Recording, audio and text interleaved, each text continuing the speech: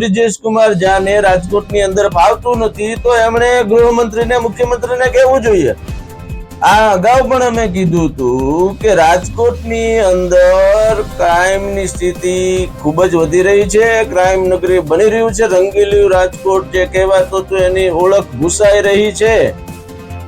રાજકોટના પ્યાસીઓ માટે આનંદદાયક સમાચાર કહેવા કે ગુજરાતમાં દારૂબંધી છે એમ કહેવું કે રાજકોટમાં કાયદો અને વ્યવસ્થા કથળી છે એમ કહેવું? આ ત્રણેય અટપટા સવાલોનો એકમાત્ર જવાબ એ છે કે રાજકોટની અંદર ખુલ્લેઆમ હવે દેશી દારૂના પરબ થઈ ગયા છે। આ પહેલા પણ અટિકામાં જનતા રેડમાં લાખો કોથળીઓ જે છે એ ઝડપાઈ હતી અને આજે પણ શહેરના લીમડા ચોકમાં કહેવાય છે કે ખુલ્લેઆમ એક મહિલા જે છે એ થેલીમાં દારૂની બોટલીઓ ભરીને ખુલ્લેઆમ વેચી રહી। ત્યારે સવાલ એ થાય કે રાજકોટની અંદર હવે દારૂબંધી છે કે કેમ? રાજકોટની આ હાલત કેમ થઈ છે? આવો જાણીએ આ અહેવાલમાં।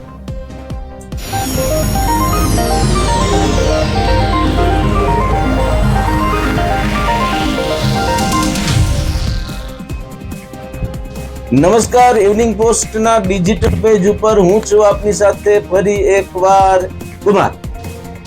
જ્યારથી રાજકોટના પોલીસ કમિશનર રાજુ ભાર્ગવ આવ્યા ત્યારથી જે રીતે રાજકોટની કાયદો વ્યવસ્થાની સ્થિતિ કથળી અને અનેક એવા કાંડો બહાર પડવા માંડ્યા અને ટીઆરપી જે ગેમ ઝોન કાંડ થયો એમાં રાજુ ભાર્ગવનો ભોગ લેવાઈ ગયો।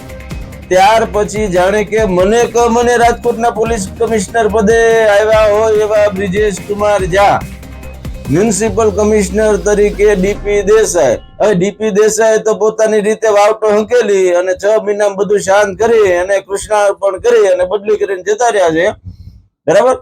પરંતુ રાજકોટની કાયદો અને વ્યવસ્થાની સ્થિતિ જે છે દિન પ્રતિદિન કથળી રહી છે।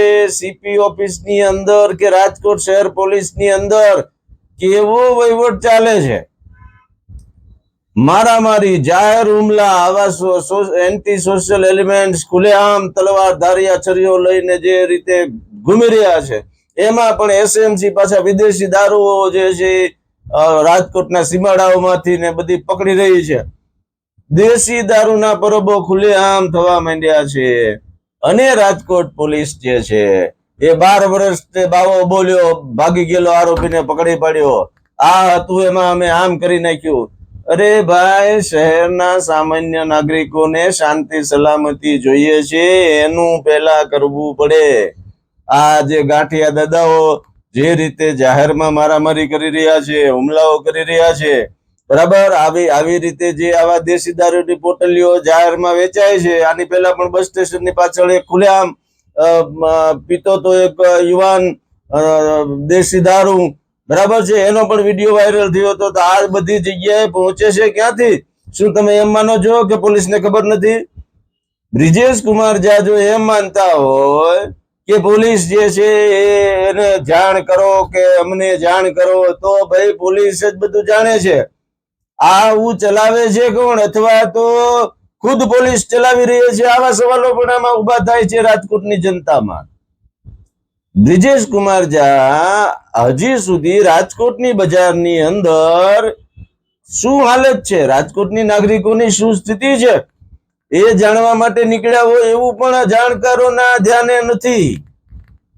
ક્રાઇમ બ્રાન્ચ પોતાનો ઘોડો કુદાવે છે। ડીસીપી પૂજા યાદવ આક્રમક હતા, કાયદો વ્યવસ્થા ટ્રાફિક નિયમન બાબતે જે કાંઈ કરતા હતા અચાનક એને ચૂપ કરી દેવામાં આવ્યા। જે રીતે વિધિ ચૌધરી અને એક ડીસીપી ની ટ્રાન્સફર થઈ પછી નવા 2 અધિકારીઓ આવ્યા છે, બરાબર છે, એ રાબેતા મુજબની કેસેટ વગાડી અને પોલીસની કરેલી કામગીરીનું વર્ણન કરી અને ચૂપ થઈ જાય છે। આ રાજકોટની આવી હાલત માટે જિમ્મેદાર માત્ર ને માત્ર એના વડા જ ગણાવા જોઈએ। જો બ્રિજેશ કુમાર ઝાને રાજકોટની અંદર ફાવતું નથી તો એમણે ગૃહમંત્રીને મુખ્યમંત્રીને કહેવું જોઈએ। આ અગાઉ પણ અમે કીધું હતું કે રાજકોટની અંદર ક્રાઇમની સ્થિતિ ખૂબ જ વધી રહી છે, ક્રાઇમ નગરી બની રહ્યું છે, રંગીલું રાજકોટ જે કહેવાતું હતું એની ઓળખ ભૂસાઈ રહી છે। હર્ષ સંઘવી ગૃહમંત્રી શ્રી, તમે રાજકોટ ઉપર ધ્યાન આપો અને એક સમય જેવો હતો ને કે ભાઈ જાંબાજ ફોજદાર થી જેને કહેવાય ઓળખાતા હતા, જાંબાર પીઆઈ, બરાબર, જાંબાજ ડીસીપી, જાંબાજ સીપી, ક્યાં ગયું આ બધું મોરલ? રાજકોટની જનતાની શાંતિ સલામતી માટે ગુજરાત સરકાર, ગૃહમંત્રી શ્રી, મુખ્યમંત્રી શ્રી ધ્યાન આપે અને તાબડતોબ આમાં પગલા ભરે. બાકી અત્યારે ગલીએ ગલીએ દેશી દારૂની પોટલીઓ વેચવાનું ચાલુ થઈ ગયું છે. વિડીયો વાયરલ થાય છે, એ બતાવે છે કે દારૂ બને છે, દારૂ વેચવાનું એકદમ સુવ્યવસ્થિત નેટવર્ક ચલાવવામાં આવે છે અને પોલીસની આંખમાં ધૂળ નાખીને ચલાવવામાં આવતું એવું લેશ માત્ર માનવાને કારણ નથી. આપણે આશા રાખીએ કે રાજકોટ પોલીસ ધડો લેશે, ગૃહ રાજ્યમંત્રી આ મુદ્દા ઉપર ધ્યાન આપશે. ઇવનિંગ પોસ્ટ ચેનલને આજે જ લાઈક કરો, શેર કરો, સબસ્ક્રાઇબ કરો. આભાર.